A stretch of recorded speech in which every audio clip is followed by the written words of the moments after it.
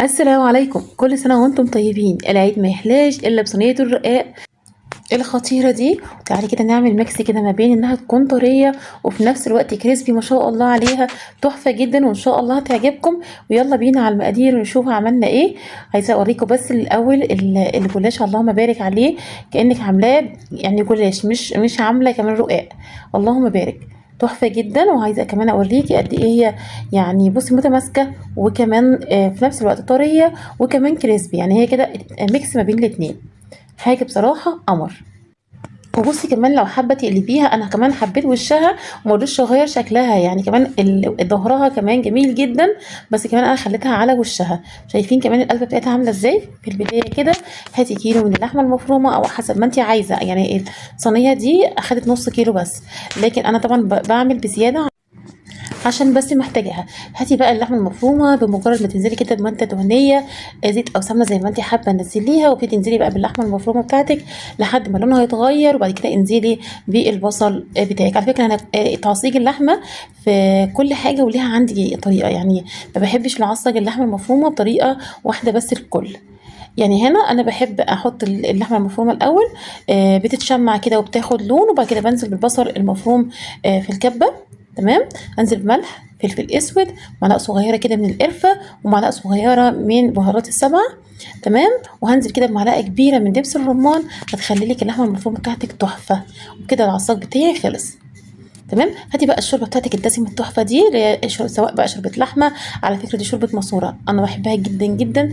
في حاجات كتير جدا بعملها. تمام. يعني كل ما نيجي نشتري لحمه بنقول للراجل عايزين ماسوره. الماسوره دي بتبقى اوقات بيجيبها لي ب 40 جنيه، ب 20 جنيه، يعني زي ما بيجيب. يلا بينا بقى نجيب الشوربه بتبقى سخنه سخنه جدا. تمام. ابتدي بقى كده بليها بالشكل ده. انا طبعا الرقاق اللي جاي كله زي ما انتم شايفين كده مكسر نصين، مفيش واحده سليمه. تمام. انا هخليها واحده بس عادي جدا، مفيش مشكله عندنا. تمام. هات الصينيه بتاعتك كده وابتدي دهنيها السمنه كلها كده كويس جدا. وبعدين ابتدي بقى ايه، الرقاقه دي هنلصمها ببعضها ونعملها واحده بس. تمام. فانا حطيت كل راق يعتبر رقاقتين، لزقتهم في بعض عملتهم رقاقه واحده. تمام. وبعدين جبت كمان التانية بنفس الطريقه. وكل ما بين واحده والتانية لازم ادهن سمنه. تمام زي ما انت شايفه كده. الله بقى لو سمنه بلدي كمان بتبقى تحفه جدا.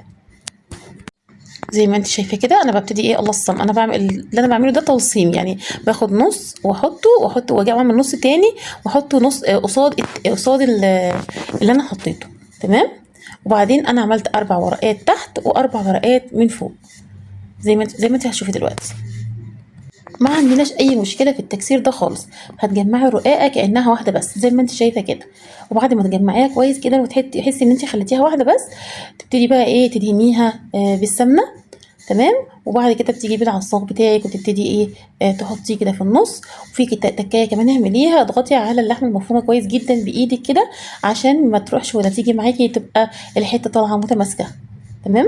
وتبصي تلاقيها كمان يعني طريه وفي نفس الوقت كريسبي، حاجه كده قمر. تمام. هنشوف دلوقتي انا عملنا ايه. انا حطيت اللحمه المفرومه بالشكل ده في النص كده. وبعدين هبتدي بقى احط الرقات التانية بنفس الطريقه بالظبط زي ما احنا شايفين كده. وبرده هندهنها دهن السمنه. تمام. وبعدين خدي كمان التكايه بعد ما تخلصي بقى كده. انا عملت 4 فوق وعملت 4 تحت، دهنت كل واحده والتانيه بدهن الورقات بتاعتي. غير الجلاش خالص على فكره. انا ممكن الجلاش اعمله يعني ما دهنوش، يعني كل ورقتين 3 لون ما ادهن كمان. تمام.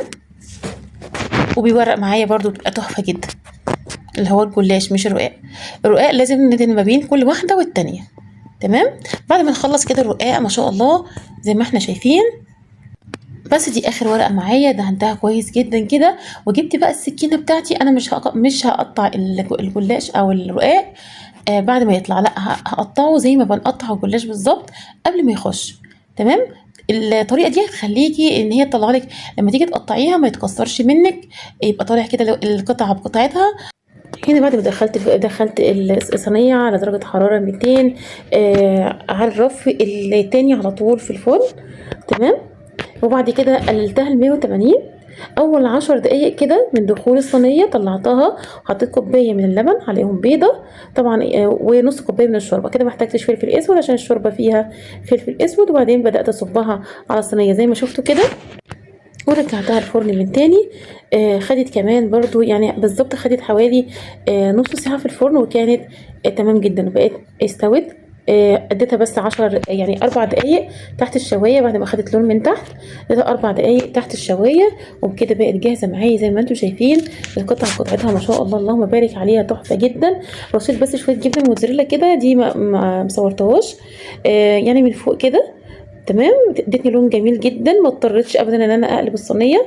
ولو حابين كمان تقلبوها هتبقى شكلها تحفه جدا برضو. اللهم بارك عليها وربنا يحسن ما بين ايديكم، وكل سنه وانتم طيبين.